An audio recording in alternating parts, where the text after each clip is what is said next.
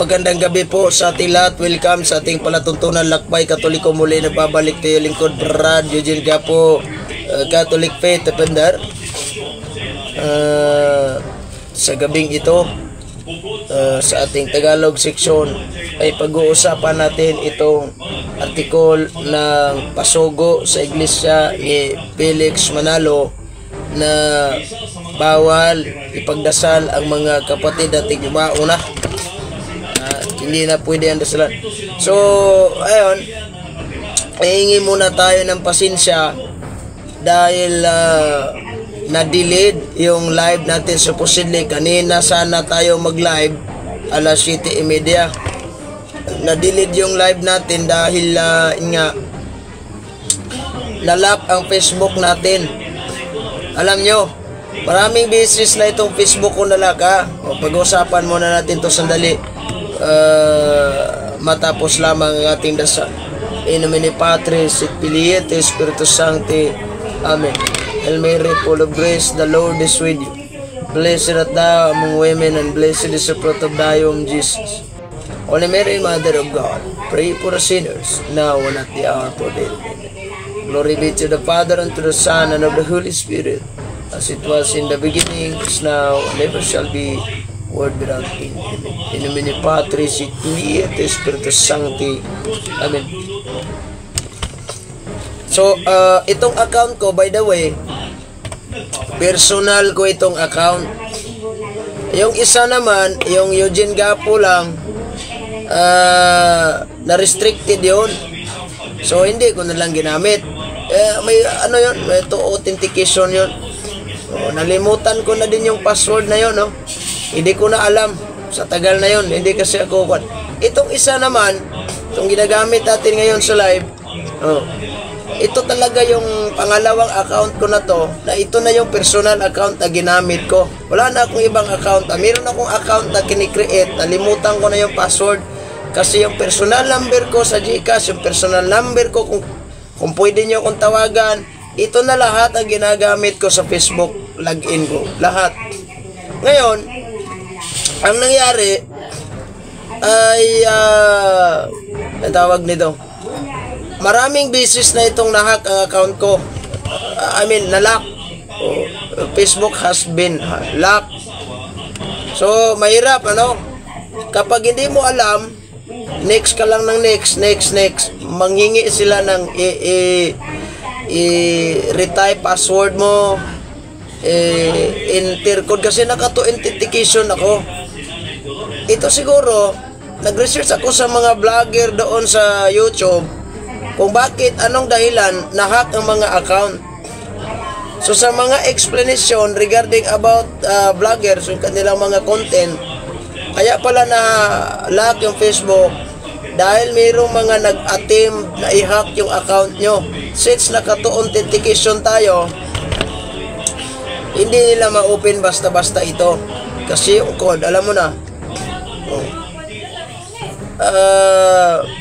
Mabuti na lang, na-recover ko ito kanina. Yung isa, yung Facebook Lite ko, okay na sana. Ang problema lang, itong Facebook talaga natin, kung saan tayo magla-live, ayaw na siyang ma-open dahil yung code, doon mag-send sa WhatsApp. Di, wala akong WhatsApp. So, paano to? At yung isa naman, backup code. Ito palang backup code kung saan, kung ano yung mga code na inisend ni Facebook sa inyo, na kung kayo'y nag-open dati, ito, makikita nyo yan dun sa, sa privacy setting ninyo. Doon, si Sister Nerlin Solano Pilayo. Natanggap ko na pala yung sa Facebook kuan ko. Salamat ya pala sa tulong nyo, ha. Bali, tuki talaga yung natanggap ko sa doon sa na-earn nating earning, Now, ang nangyari kanina, nag-set siya ng code, pero doon sa WhatsApp, paano ito? Hindi na ako makapag-live. So, ang ginawa ko na lang, nag-research na naman ako sa mga vlogger kung paano gawin ito. Kasi dito yung laptop natin, hindi pa rin ma-open. Nag-set siya ng code sa message, pero hindi ko matanggap yung message. Yung code talaga.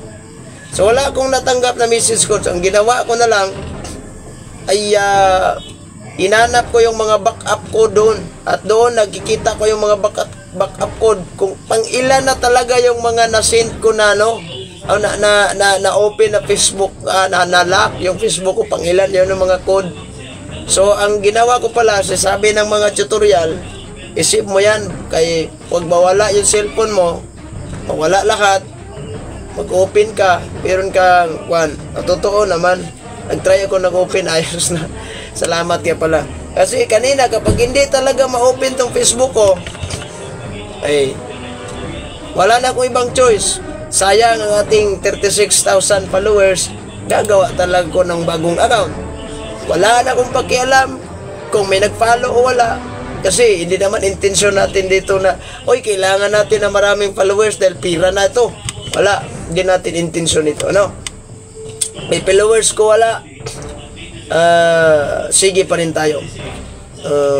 Ito, ilan na bang followers natin dito?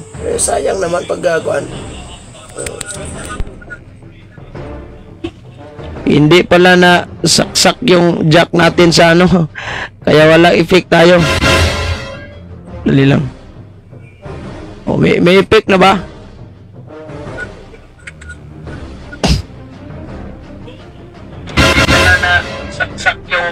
Ayan na, nagka-epic na. Kanina nalimutan kong sige. Ganap po na i-open muna natin itong Facebook natin na. Sandali lang.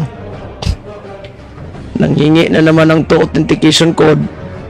Buti na lang. Meron na. Salamat ha. Tignan ko muna ito. Sandali lang. Wala. Naka-highlight pala dito sa Di ko alam. Meron na tayong 36k. Almost mag-37 followers na tayo. So, sayang ito kapag maggawa tayo ng bagong account. Pero sige na lang. Pag mag-lock ulit ito, simple lang. Ilagin ko na rin. Ayan lang kasimple. Sawang-sawa na tayo sa kakalagin itong Facebook natin. Always ang nag-hack. Kasi desperado na po yung mga ibang sikta na sige pa rin ang hack pa rin sila sa ating mga account. No? Pag hindi nila kinaya yung mga banat natin. Kaya kung ako sa inyo, huwag na lang kayong mag-hack at huwag na lang kayong bumanat ng Katoliko. Hindi naman natin alam kung sinong nag-hack. Mag-hack kayo. Para naman kayong kwan. Ingatan mo. Meron akong mga koda sinulat dito. Pang more than 10 ha. Yung mga code na sinulat ko, transfer ko to sa isang sekreto. Baka mag-lock ulit ito. Meron tayong code. Season expired kasi yung ko from si Precious Lozaro Vidal. Ito. Private mo. Pina-private ko na lang. Hindi ko sasabihin dito yung code. Baka i-open nyo. Simple lang tong password ko. Para madali kong kwan. Hack, pa-auto na po ka.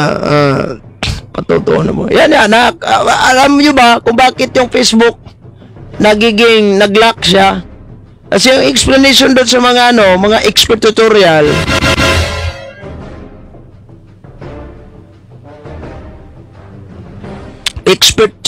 po ay merong nag-open ng account mo na hindi ikaw, hindi talaga kayo yung may-ari.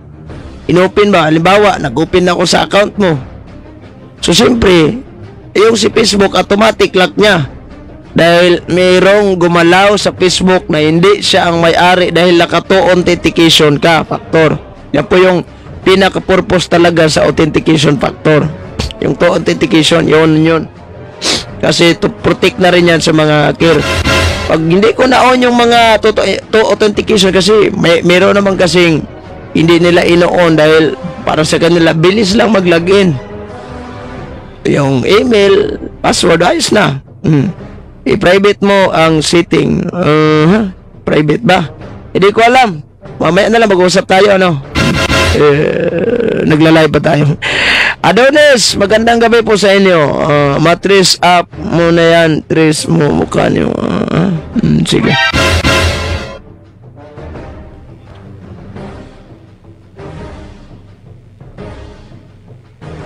Ang hirap talaga pag meron tayong sipon. Napiktuhan tayo sa sa panahon. So magbasa na tayo nabasa ko itong, matagal na itong pasugo nila since 2010. Sa boarding house pa ito, yung issue nila, November 2010.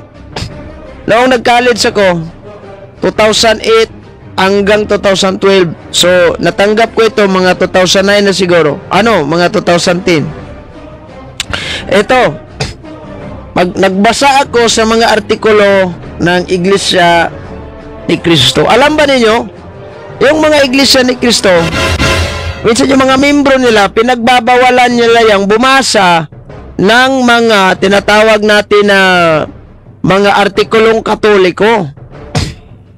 Dahil, kapag nagbasa sila, ay mabubuksan ang isip at papasukin mo ko. Sige, gusto mo pumasok, i-add kita.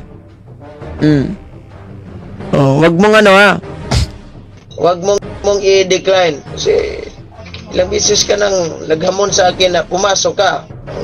I-decline mo eh. Huwag mong i-decline. Ito. Sino kaya ito? Magandang gabi. Yeah, magandang hapon. Pakita mo mukha mo, sir. Mahirap kasi nag-driving ako, nagtatake okay. Tapos Okay lang. Sige, pakita mo lang mukha mo. Huwag mo itago kung totoong mga ngaral ka. Bawal nga sabi kasi Maya ka. Kisa naman kisa naman palpak yung aral mo, at least hindi nakikita yung mukha mo. Sige, pagbibigyan na lang kita. Ano ba concern mo? Well, kung gusto mong talakay, wala namang problema. Sige, talakayan tayo, di ba? Sabi mo, dati sa comment section na butatahin mo ako. Sige, ito na yung panahon mo para mabutata mo ko. Masyado mong niliteral yung pagkakaintindi ng mga sinabi ko lang. Ano bang ibig mong sabihin na butatain mo ko? Hindi hindi ko mo may salitang butatain, ay literally butatain ka personally. Sige. Ano bang concern natin? Wag na lang natin pag-usapan yan. Concern. Direct ko, kung may tanong ka, direct na lang. Okay, let's talk about the doctrine ng RCC. Kasi laging kino-quote ninyo yung By the way, bago tayo magsimula, sir, pakilala ka muna, sir. Ano yung pangalan mo, tsaka yung reliyon kung saan ka bilong? Yung Seventh Adventist, Born Again, Baptist, Alliance, ano ka? Nandiyan naman yung nandiyan naman yung pangalan, di ba? Joben. Sige. Ano yung relihiyon mo? Isdak. Isda. Sige. Straight to the point. Lapastangan ka yung wag mong lapastanganin. Hindi isdak lang. Isdak. Ano yung bisdak? Ayaw malinaw isdak, hindi isdak. Ano bang ibig sabihin ng isdak? Ngayon ko lang nalaman na mayroon palang isdak. Ano ibig sabihin ng isdak, sir? Ay, nako, matagal na po yan sa Ginoong Gapo, no? Yung isdak. Kung naririnig niyo po, di matagal na po yan. Sige. Okay, lagi niyo pong kinu-quote yung Matthew chapter 16 verse 18. Sige. Kung saan ito yung ginagawang batayan ng mga karamihan na ito raw yung pasimula o yung parang hula ng Panginoong Yesus na maitatag yung RCC. Ngayon, wala naman kasing sinabing RCC dyan, no? Hindi naman sinabi kasi ng Panginoong Yesus, Peter, upon this rock I will build RCC. I will build my RCC. Hindi ganun, no? Simbahan lang.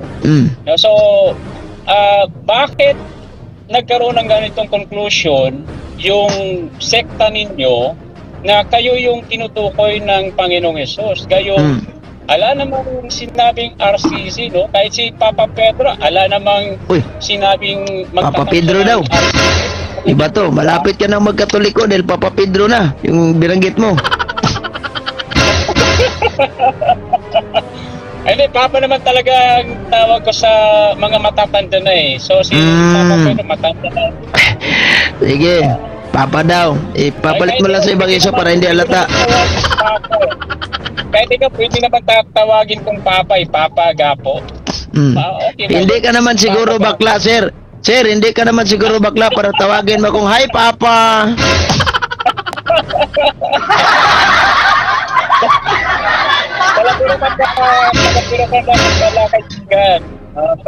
Palapiro pa naman pala, may Pero pagkapilyo pa. malapit ka na magkatoliko. Papa na yung binanggit mo kay San Pedro eh.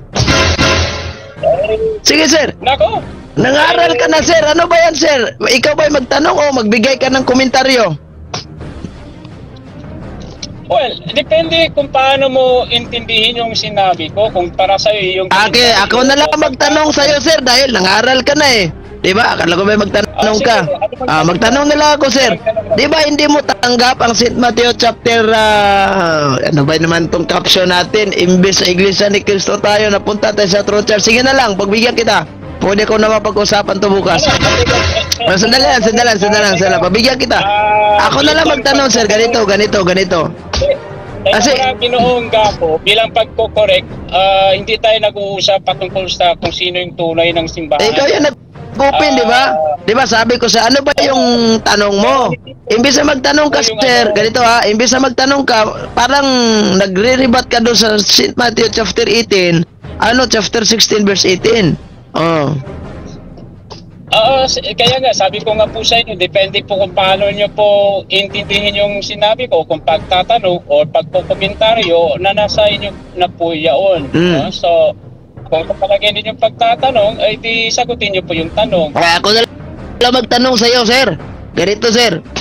Kasi, inumpisahan mo yung St. Matthew chapter 16 verse 18. Di ba sinabi ni Kristo, itayo ko ang aking iglesia. Sinabi niya kay Papa Pedro yan ha. Sabi mo, Papa Pedro. Sige. Now, anong iglesia yan, sir? Anong iglesia yan? Kung hindi yan Roman Catholic Church, ano ba yan, sir? Seventh Adventist General Conference? Yung sinabi mong ISDAC? Walang iglesia tinutukoy ang Panginoon kung anong pangalan, basta church lang ay lagi, marami kasing sir. Marami kasing nag-claim diyan sa ganito sir ha. Maraming nag-claim diyan sa Roma, sa St. Matthew chapter 16 verse 18 na kami diyan. Kami rin yan. Yung Iglesia ni Cristo nag-claim din, born again, baptist lahat. Walang siguro sir na nag-claim na hindi kami yan. Pati na rin kayo nag-claim. Question, sir, saan ba ang totoong nag-claim dyan, sir, na sila yung may-ari doon sa tinayo ni Cristo, ang St. Matthew 16-18? Ginong Gapo, teka mo na, Ginong Gapo, iko-correct ko lang wag mo kong lagyan ng salita na hindi ko sinabi, no? Wala kong sinabing kiniklaim ko yaon, no? Yun po yung malinaw kasi parang nadagdagan po yung sinabi, nadagdagan nyo po yung sinabi ko, na which is hindi ko naman po sinabi, no? Yung pag-claim. Ako nga po nagtatanong bakit nagkaroon ng conclusion ng RCC na kayo yan, no? Pag gayong ala namang binanggit ang Panginoon na anong klaseng iglesia, ang pangalan na yun, no? In fact sa anong nyo nga, yung isang Bible nyo nga, no, yung translation, do I reign ba yun? Nadagdagan nga ron nakalagay talaga yung nyo, pangalan, no? Which is wala naman sa original. Bakit nagkaroon ng conclusion yung RCC na kayo yun ang tinutukoy ng Panginoon? Pangalawa, ano yung konteksto ng Matthew chapter 16?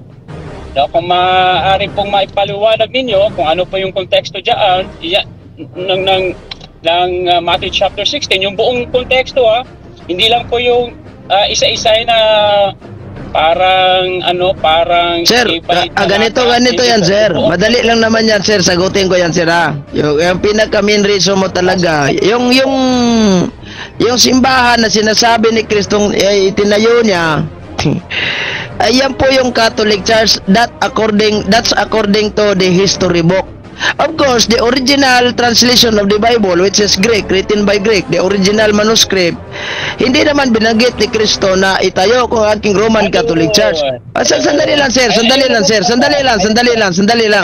Hindi, sandali lang. Huwag ka sapaw na sapaw. Ikaw pa hindi nagpapakita ng mukha, sapaw ka na sapaw. Sige, ganito yan, sir.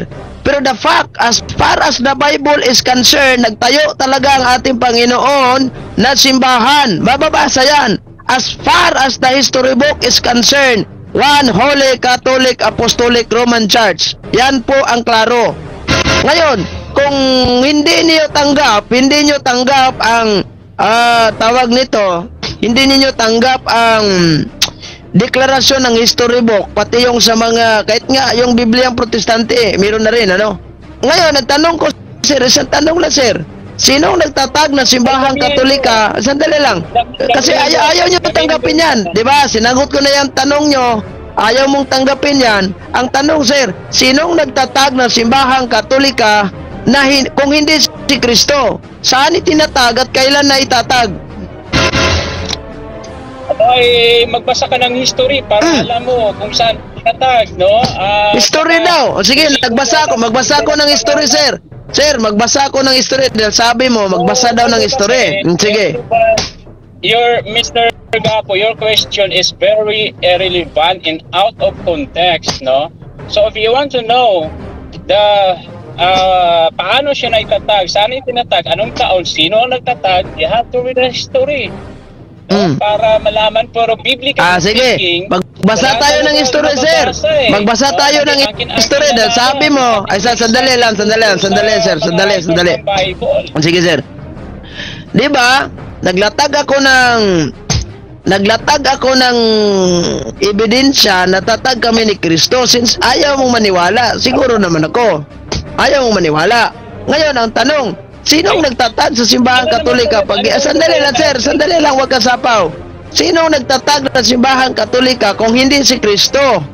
Saan itinatag at kailan itinatag? Ang tanong, ang sagot mo, magbasa ka ng history. Sige, magbasa tayo ng history. Since nasa Pinas tayo, ayaw na lang natin gamitin yung mga history galing labas. Ito tayo sa Pinas, The Philippine Ionic Nation, History of the Republic of the Philippines. Second edition. Basa. Chapter 9. Our Spanish Heritage. Christianity is Spain's greatest legacy. The greatest legacy of Spain to the Filipino people is Christianity, especially the Roman Catholic religion. Strangely, this religion was Asian in origin, being founded by Jesus Christ in Palestine. Malinaw ang banggit sa kasaysayan. Ayun po yung ayon sa makamundong kasaysayan. Sabi mo, magbasa ng history, di ba? Sabi mo, magbasa ng history. Di binasa ko history. Ang tutukoy ko po sa inyo, Mr. Ginoong Gapo, na history, yung sa Bible. Kasi kung wala kang mababasa na history sa Bible, huwag na nating dagdagan. Diba? Diba, sir, ganito. History makamundo, gawa rin yung Panginoon yan. Kalooban ng Panginoon yan, di ba nabasa sa ni Propeta Isaiah? Makamundo. Hindi po makamundo po yun dahil salita po ng vision. Gusto mo salita ng Diyos? Gusto mo yung salita ng Diyos? Sige, ibasa. Paano yung history daw, salita ng Diyos? Bakit pinangaral ni San Pablo ang Catholic Church? Bakit sinabi ni Kristo Catholic Church? Ito, babasahin natin. Babasahin natin yung Biblia. Saan daw mababasa? Ito, una. Ang The Holy Bible, 1611 edition, King James Version. Babasahin natin to. Nangaral si San Juan. Unang Juan, Kapitulo 4, versikulo 1. He warned them not to believe all teachers. Kasali ka na siguro nito. Hindi paniniwalaan. Who boast of the Spirit, but to try them by the rules of the Catholic faith. Bakit ano ito? Catholic faith. Sige, pagbibigyan natin. Basa tayo sa Greek. Anong sinabi sa Greek? Greek pa rin. Greek. Sige, basa daw sa Greek. Greek. Napunta na naman sa Greek. Ito. Babasahin natin ito ng Greek kasi yan yung style nyo. Pag may nabasa sa mga Bibliang klaro, dadalhin nyo kami sa Greek. Kung wala namang mababasa sa Greek, doon naman kayo magbasa sa mga Bibliang English. Ano bang nangyari sa inyo? Sige, magbasa tayo sa Greek. Sandali lang. nyo yan eh. Dokumento, dapat basta mo na yun eh. Sige, San Pablo na naman tayo. Puntahan natin si San Pablo. Kung gusto mo ng healthy discussion, huwag ka mag-side comment. Hindi naman ako side comment. Talaga nasasaktan ka lang sa side comment ko dahil unang-una, sandali lang, dahil unang-una, booking yung style nyo. Diba, pag may mababasa pag may mababasa sa Tagalog, pag may mababasa sa English, punta kayo sa Greek. Diba, dadalhin nyo kami ng Greek. Di wala naman kayong original manuscript. Ngayon, pag may mababasa naman sa Greek, walang mababasa sa Greek, papuntahin nyo kami doon sa sinasabi nyo, English kayo, King James tayo, kasi yun yung pinakamalapit na translation sa Greek. Oh, ano ba naman kayo? Magbasa tayo sa Greek. Greek yung sinabi niya. Magbasa tayo sa Greek. Gawa. Acts chapter 9 verse 31. Ito yung banggit sa Greek Bible, ha? Greek Bible. Excuse me, Mr. Gapo. Wag yung direct yung transliteration. Dapat yung Greek talaga mismo. Greek nga! Greek nga! Basahin natin! Greek nga! Makinig ka! Makinig ka! Okay, Greek. Yan. Acts chapter 9 verse 31. Amen! Ay, sandali lang! Nagbasa pa nga ako ng Grigo. Teka muna. Ano ba sa Grego yung chapter na yan? Yung Acts, ano sa Grego? Sa Grigo? Wag muna akong banggitin. Basta kay Aaron, babasahin ko muna, ha? Hindi ko na alam yan. Kasi hindi naman ako Bible scholar. Totoo talaga yung sinabi ko, sir. Hindi ako nagmamarunong dito, sir, ha? Hindi ako nagmamarunong, sir. Unlike sa inyo, nagmamarunong, hindi nga alam. Sige. Ngayon, ang tanong ko sa'yo, sir, kisa naman babasahin kita ng Grigo, sir, ayaw mo ring maniwala. Ang tanong ko sa'yo, sir, sino ang nagtatag sa simbahang Katolika pag hindi si Kristo? Kailan niya itinatag at saan itinatag? Ito lang ang tanong ko. Sino tao nga? Sino nga tao? Pangalanan mo. Abay, hindi ka talaga nagbabasa ng history. History. Sang history. Maninaw eh. Sang tao lang. History, page. Sang history, pati page. Wala eh. Sabi mo, di ba tao? Sabi mo tao nagtatag. Sino tao? Pangalanan mo. Abay, magbasa ka. Ikaw yung tinanong mo. Ibinasa kita ng history, si Kristo nagtatag. Ngayon, ikaw yung tinanong ko. Kung hindi si Kristo, sino? Sabi mo tao. Pangalanan mo kung sino tao niyan. Ay, hindi ka talaga nagbabasa, ano po? Ikaw nagbabasa ka ba? Nagbabasa ka ba? Alam ko sino, ano yung taon, sino. Sige. Kung alam mo, sabi mo. Pero hindi ko na ibibigay kasi kasi di mo alam. Wag ka na lang manggulo, sir. Wag ka na lang manggulo. Sa susunod pag pumasok ka, dapat alam mo. Nakakatawa yung banat mo. Kahit hindi ko na lang tutuloy itong basa ng Griego kasi alam nyo, sir, pag sinasabi natin, sir, na ano ba sa Greek term, yung Acts, hindi ko naman kabisado yung mga Griego kasi hindi naman ako Bible scholar. Ngayon, kung babasa tayo ng Griego, context sa Griego, alam ko naman hindi ka maniniwala. Dahil yung style niyo booking kasi. Pag mabasa sa mga translation English, lilipat nyo kami sa Griego o Hebrew. Ngayon, kung wala naman sa Hebrew, lilipat naman kayo doon sa mga translation. Na ngayon, kung hindi mo tanggap na simbahang Katolika ay tatag ng ating Panginoong Jesucristo, pangalanan mo binanggit mo tao, pag wala kang pinangalanan, ibig sabihin, nagbaritis ka lang at nagbarisol ka lang. Straight to the point. Eto, ganito out of 200 Pope ng RCC. Out of 200, mali ka. Hindi 200 yung pop namin, tingnan mo, nagmaritis ka na kagad. Straight to the point.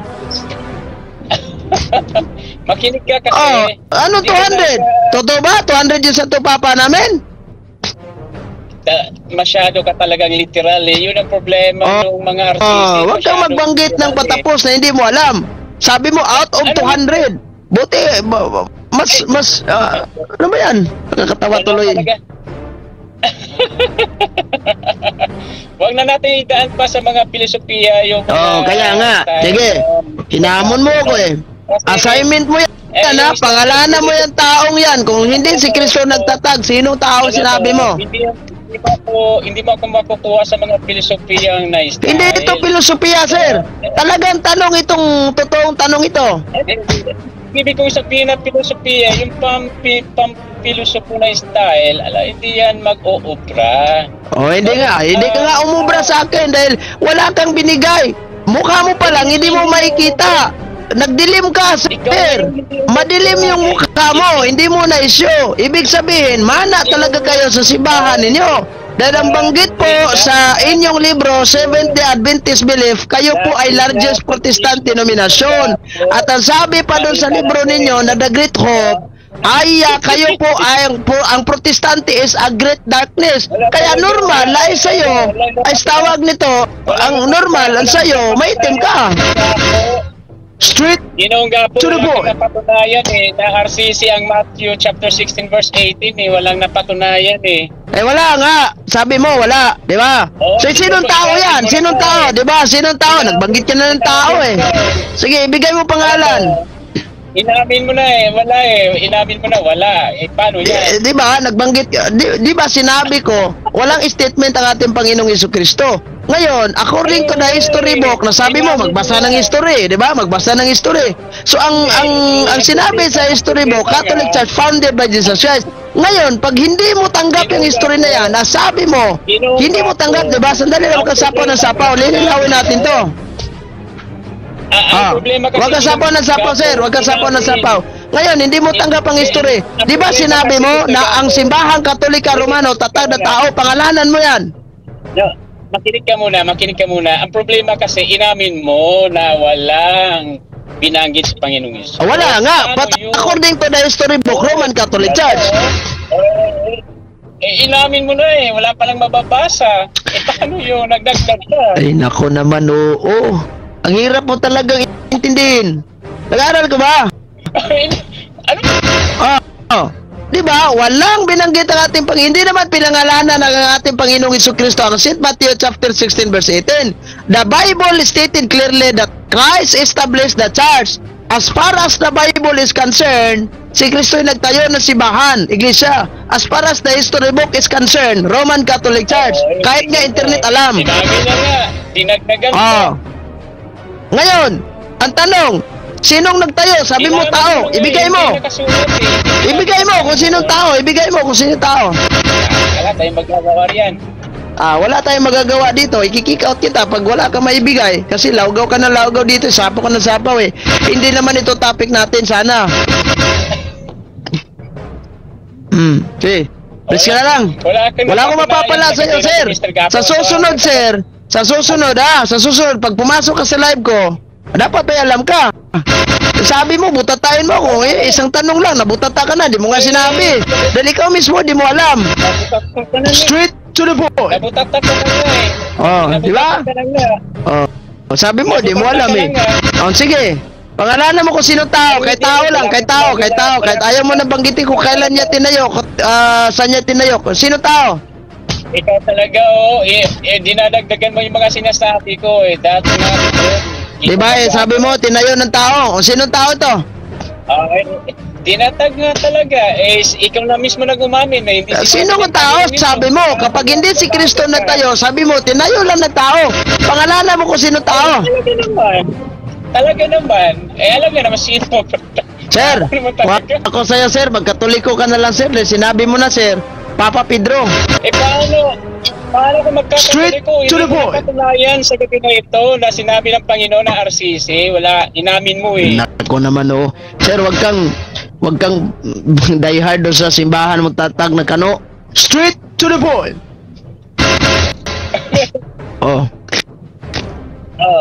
Ganun na sir, nawawala na tuloy ako sa topic ko, sir. Out ka na lang, sir. Dahil nawawala na tuloy ako sa issue namin. Iglesia ni Cristo. Ano ba naman pumasok? Wala ka naman palang alam. Pasok ka na pasok dito. Wala ka alam. Anong walang alam? Ikaw nga pangalanan mo ngayon taon sinabi mo para hindi ka nagbumukhang kawawa dito. Ay, magbasa ka ng history. Alam ko yung... Huwag mo akong hamunin. Sir, nagbasa na ako ng history. Ikaw, wala ka pa kahit isang nilatag. Diba, sabi mo, taong nagtatag ng Simbahang Katolika din, who is that man na sinabi mo? Paano nga yun? paano ngayon inamin mo? Wala Sino nang ang binanggit sa tao? kanila. Hindi issue dito kung inamin ko ba o hindi. Di ba sabi mo, taong nagtatag, inamin mo yan, di ba? Din pangalanan mo kung sino para hindi ka nagmumukhang kawawat, nagiging awing dito. Hindi naman ako nagmukhang kawawa. Ikaw nga ang umamin na Sige, pag hindi ka nagmumukhang kawawa, pangalanan mo yung taong sinabi mo. Kung gusto mo sa formal debate, papakita Na, ko kung sa'yo. mag-formal debate tayo, sir, kawawa ka talaga, sir. Dahil unang-una, hindi mo nga masabi dito, kasimple-simple lang. Naghahamon ka pa ng formal debate, alam mo ba kung ano yung debate? Pang ilang debate na yung, ano mo, sir, nasalihan mo, sir. Naku, Ginong Gapo, napakahina ng argumento Anong mo. Inang argumento. Sige, pangalanan mo yung tao. Pag hindi mo kayang pangalanan yung taong binanggit mo, ay wag ka na lang banggit na banggit. Alam ko nga.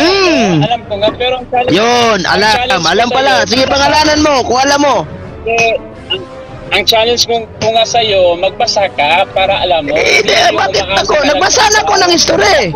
Ikaw na lang wala. Kahit isang page, wala ka. O pang ilang history babasahin ko? Pangatlo? Umasa ka sa Tignan mo tuloy yung ano mo, yung banat mo, yung style mo. 200 pop. Wala naman kami 200 pop. Naku naman oo. Lagpas na po 200 Santo Papa namin, sir. Baka hindi mo alam. Alam ko yun. Alam mo pala. Alam mo pala bakit sinabi mo na 200 pop? Ikaw talaga masyado kang literal eh. Yung nga po, mag-aaral yan na. Sige, bigay mo na yung tao kung sino pangalan na yun. Sa debate, pwede sa debate. Ano pwede sa debate? Ang challenge ko siya magbasa ka ng sapat na mga history. Sige. Patutunayan mo sa debate. Hamunan kita ng debate. Ngayon, ora mismo. Yan naghaharapan na tayo, di ba? Hindi mo wala pinakita mukha mo eh. Sige, total, sa bagay, nag-conversation naman tayo, di ba? Sa bagay, nag-conversation naman tayo, di ba? Sige. Wag sa live mo, Mr. Gap. Minginog ka po, wag sa live mo. Sige, maghanap ka ng page. Maghanap ka ng page kung saan mo gusto. Sige. Okay, i-chat mo ko at iayusin natin yung schedule, no? Sige. Patutunayan mo, no, na ikaw yung naghamon. Bakit ako magiging afirmatibo? Ikaw yung naghamon. Hindi ka nga marunong talaga sa debate. Straight to the point. Kung siyang naghamon, kung ikaw yung naghamon, di ikaw yung nagiging afirmatibo. Ako gawin mo afirmatibo, ikaw yung naghamon. Straight to the point. Wala akong napatunayan sa gabi na ito eh. Wala talaga as in. Anong wala? Wala. Inamin mo eh. Wala akong sinabi si Panginoon Jesus. Nagsasabi naman ako ng totoo, sir. Alangan naman kasi pipilitin sa original manuscript. Walang binanggit ang ating Panginoong Jesucristo. May rason kung bakit hindi pinangalanan ng ating Panginoong Jesucristo. Para walang mag-claim. Walang mag-claim. Kasi kapag pinangalanan ng ating Panginoong Jesucristo yan, alam na maraming mag-claim. Maraming nga nag-claim, pati kayo. Na kayo yung tatag. Yan hanggang ngayon, wala pa rin kayo. Straight. Yan. Yung sinabi mong istorya, lalabas mo yan sa debate. Sige sir. Follow up na lang kita sa chat mamaya. Sige, ikaw na yung maglatag ka ng topic mo na ikaw yung afirmatibo. Marami akong maibigay na paksa sa'yo kung gusto mo eh. About truth church yung gusto mo, di ba? Kasi open mo ito, truth church eh. Patutunayan mo na tao talaga ang nagtatag ng ating ng simbahang Katolika. Sir, dito pa lang sir. Parang sir, nagiging nagiging katawa-tawa yung banat mo. Nagbanggit ka ng tao, di mo pa alam, di po bang banggitin dahil alam mo na mag-aaral ka pa, mag-research ka pa. Kung totoong mangangaral ka, ayan, lumayas na. Straight to the point. Hindi natin pag-usapan yan. Alam ba ninyo? True church. Hindi niya alam. Hindi ko alam, nagbasa ba ito ng caption natin o ano? Kasi yung caption natin dito, about ito, praying for the dead. About sa iglesia, ito yung bibigyan ko sana na linaw. bago ko binasa itong Pasugo Magazine, nagbigay muna ako ng kuan kasi na-hack yung account ko kanina. So, na-recover. Kasi ito, authentication naman tayo eh. Oh, yung mga code, sayang yung mga code, hindi ko naisulat, ano. Ito, pumasok siya at nagtanong with regards about St. Matthew chapter 16 verse 18. Hindi man lang siya nagbasa ng caption sa taas. O ngayon, hindi niya tanggap na ang simbahang Katolik ay tatag ng ating Panginoong Jesucristo din. Who is the founder? Kung hindi si Kristo. At sabi niya, tao, pangalanan mo. O di niya kayang pinangalanan, di nag-out. Ngayon, ang tanong, sir, hindi nagpapakita ng mukha pumasok. Ang daming dahilan. Sige. Hindi ko na mapipilitin kung ayaw nyo magpakita sa inyong mukha. Hindi ko na mapipilitin yan. Dahil in the first place, sinabi po sa kanila Seventh Adventist belief na sila po ay pinaka-largest and fastest Protestant missionary organization. Protestante lang po sila, no? Ngayon, Protestante sila. Anong banggit sa kanilang The Great Hope? The Protestant churches are in great darkness. Normal na magiging itim siya doon sa... Malapit na yung magkatoliko dahil Papa Pedro daw. Straight to the point. Ngayon, dito tayo, wala na pag-usapan yan. Oh, mas mabuti pumasok siya, nag-throw charge. I-upload ko yun sa YouTube channel ko. Ay, nako. Straight to the point. Ito, magbanggit na tayo. Ay, nako. Tagalog section ito sa kanilang Pasugo. Nawawala na tuloy tayo sa issue. Nawawala na tuloy tayo sa ire.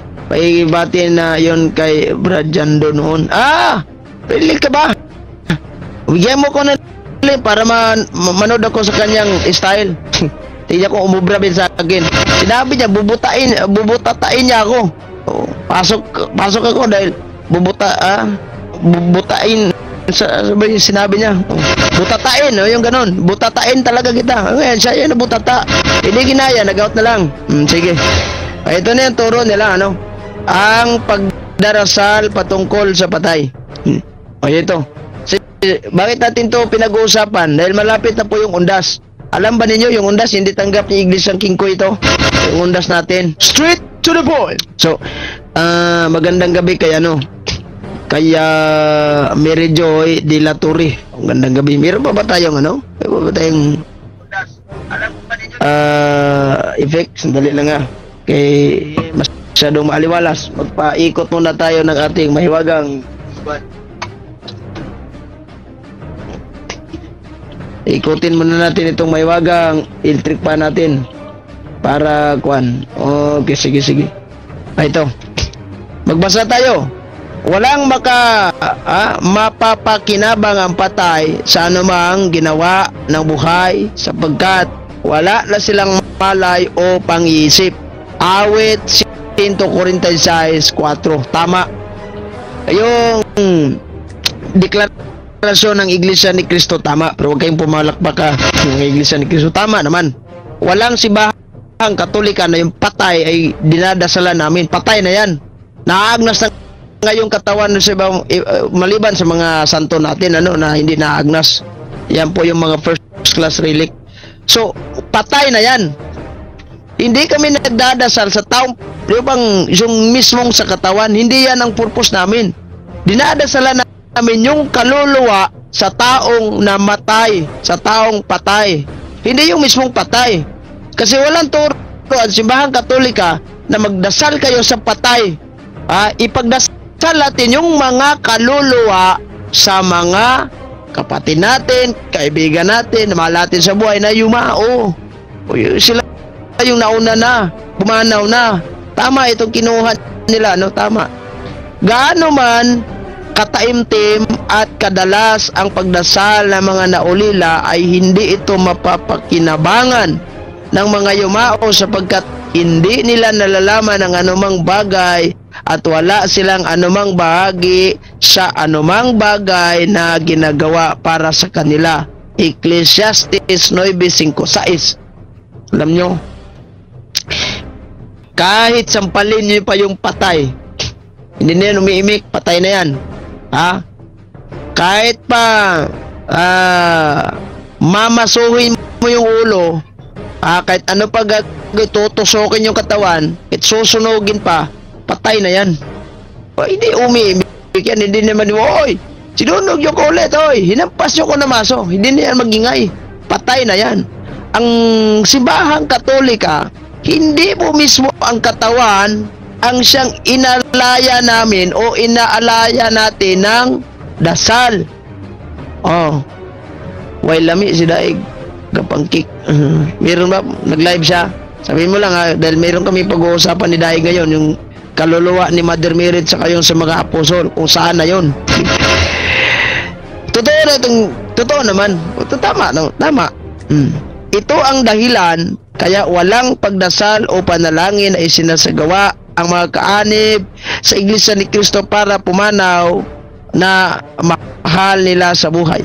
Ito ay hindi ayon sa Biblia. No, isang malaking pagkakamali kung ang patay dadasalan mo. Nagdasal ka sa mismong patay. Wala na yan. Yung kaluluwa hindi mo dinadasal kasi yung patay lang ka nakapokus. Tama yung sinabi nila. Wala tayong tutol. Sa Katoliko, ginawa naman natin to. Hindi naman tayo nagdasal sa mga patay. Kundi ang dinadasalan natin yung mga kaluluwa sa mga namamatay nating mga mahal sa buhay. Hindi yung mismong katawan nila. Kung mayroon mang mga santo na, halimbawa, yung mga mahal natin sa buhay na nagiging santo na. Diba? Sandali lang. Titingnan ko muna ito si Daig. Kung nag-live siya, pagpasa ka na link para kuha natin siya. Kasi yung schedule ko ay hanggang 9 lang.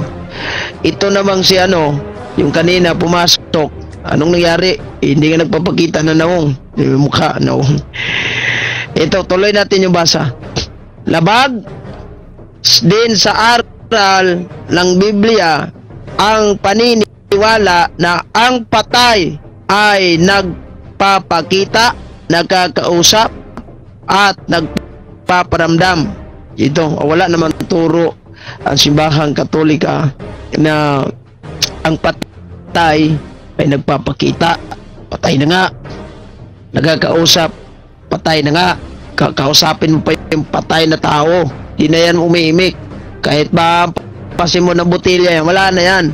Ito sa sa last part dito, binanggit nila yan kaya labag sa aral, ito. Ayan yan. Ito yung last part nila. So, in terms of kaluluwa, yung simbahang Katolika, di ba mayroon tayong mga santo? May, halimbawa, itong ito, wala tayong magiging example ito. Yung si Blessed Carlo Aquitis na lang. O yung ibang mga santo na hindi naagnas. Si Father Pio, hindi naagnas yung katawan. Pinipreserve yan ng simbahang Katolika. And that is first class relic. Ano ba yung relic? Yung bang kanilang mga remains, yung mga talagang in Bisayan term, handumanan. Diba? Yung mga ebidensya na kanilang first class, yung katawan nila, buhok. O, yan yung first class. Now, at tanong, pinipreserve yan ng simbahang Katolika. Hindi na agnas. Ay hindi naman, wala namang Katoliko. Wala namang membrong Katoliko na nagdasal sa mismong patay. Hindi. Yung sa mga santo, ginagawa namin first class relic at nagre-respect kami doon kasi relic yan santo yan. Nirerespeto namin yung kanyang patay na katawan. Hindi namin yan pinukpok, hindi namin yan binasag, hindi namin yan nilibing ulit. Wala yan. Yung kaluluwa, kung mayroon mang nagpapakita through panaginip, halimbawa itong si Blessed Carlo Aquitis, nagpapakita siya sa isang babaeng sa pamamagitan ng pananaginip nung muntik na ang babae na sakta ng demonyo, natutulog siya, na ginanon siya ng Holy Rosary sa kanyang liig. Ano ba yung sa Tagalog, tuok? At doon nagpapakita si Blessed Carlo Aquitis. Sinabi niya, huwag mong saktan yung anak ng Diyos. Lumayas yung demonyo. At saka itong, dati pa yon, nung nag-attend ako ng Divine Mercy na convention, pero sa testimonya doon na nagpapakita ito si Pope John Paul II sa isang pasyenteng may cancer at sinabi, gagaling ka. Ayan yung mga ganun, kaluluwa. Pero hindi turo na simbahang Katolika, yung mga kaluluwa, sumanib di Terpulano. At sasabi ako si ano, wala yun. That is the work of demon. Work of demon yan. Now, yung mga patay, hindi lang, patay na talaga yan. Pero yung kaluluwa nila, buhay. Kaya yan yung pag-uusapan in terms of kaluluwa. Ang dinadasal po kasi ng simbahang Katolika sa panahon ng undas, yung mga kaluluwa na particularmente nasa purgatorio. Yung sinakal pala sa Tagalog, di ko alam. Hindi naman ako Tagalog eh. Hindi naman ako Tagalog. Sinakal pala. Straight to the point. Di ba? So walang turo ang simbahang Katolika, yung patay, magdasal ka doon. Yung ano lang, i-private mo yung phone number at iba pang pwede i-private. Ganun. I-private pala. Hindi ko alam paano mag-private nun. Sige. Kasi yung Facebook ko kanina, nag-close.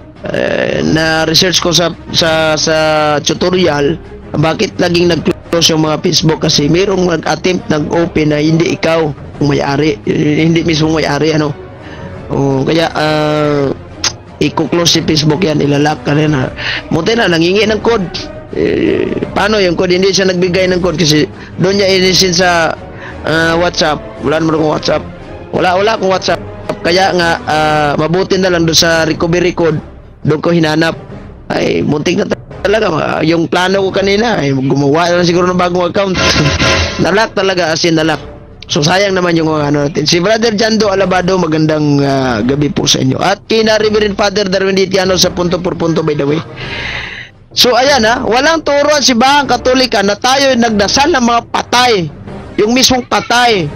Wala na yan, wala nang mararamdaman yon. Ang dinasal ng simbahang Katoliko, yung kaluluwa mismo sa namatay. Halimbawa, si Tarpulano, namatay siya.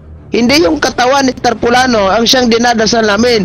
Panginoon, tanggapin mo ang katawan ni ano. Hindi, wala yan. Yung kaluluwa talaga yung dinadasal natin. Kaya mag-alay tayo ng mga prayers through dead. Yung mababasa natin sa Biblia.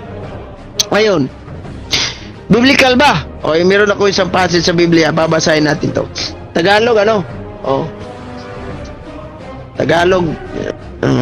Wag na lang yung Bisaya. Pagano practices mangguna din. Yung pagano nagdasal ng patay, di ba? Version nila yan. Yung pagano nagdasal, version nila yan. Ibig sabihin, hindi ka na rin magdasal dahil yung pagano nagdasal din. Yung pagano palakad-lakad. Wag ka na lang lumakad kasi kung ano yung ginagawa ng mga pagano, sabi niya, kung ano yung ginagawa ng mga pagano, huwag niyong gawin. Yung pagano kumain din. Yung pagano natutulog din. Yung pagano nagdasal. Hindi ba kayo matulog? Huwag kayo magdasal, huwag kayo lumakad. Ginagawa ng pagano yan, di ba? Straight to the point. Ito, Nehemias. Magbasa tayo sa sulat ni Nehemias. Ito lang Nehemias 1:5. Ano yung banggit? Ito. 6. Pagmasdan niyo ako at pakinggan ang aking panalangin. Nanalangin siya. Nanalangin ako sa inyo araw at gabi para sa bayang Israel na iyong lingkod.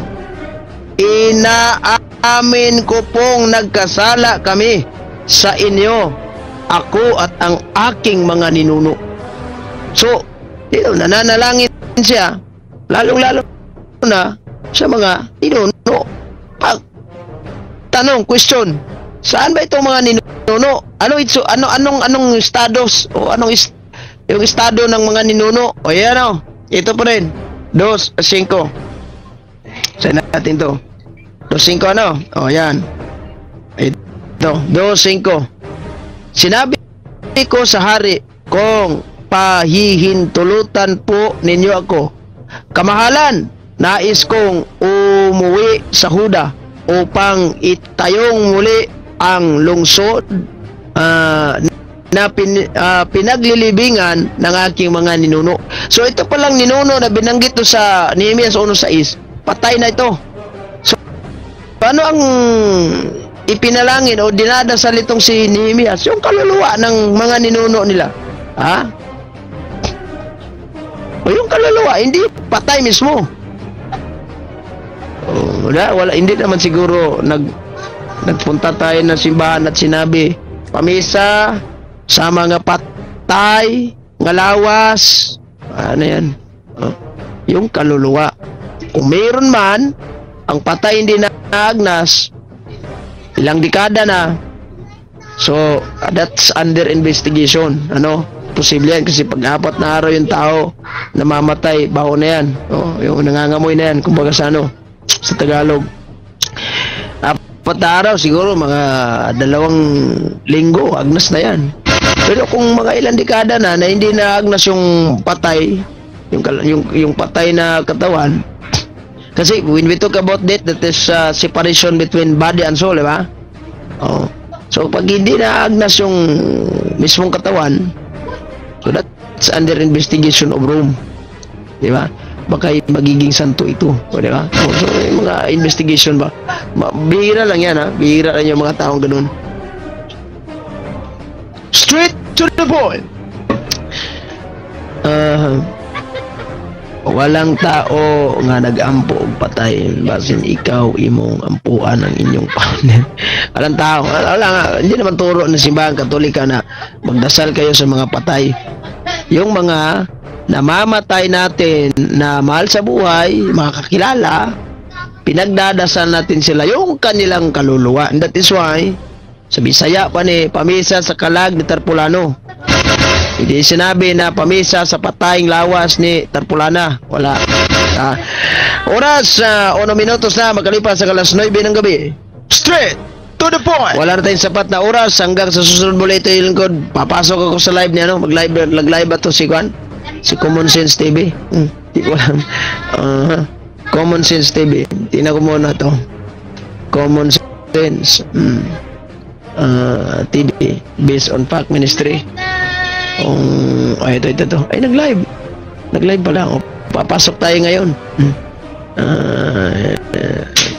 Sige, pasok tayo ngayon, ha. Kung, mayroon palang ano, may nakapasok na. Ito. Kahit ko. So, bukas ulit, ha. God bless. Mag-ingat po kayo lagi. In nomine Patris et Filii et Spiritus Sancti. Amen.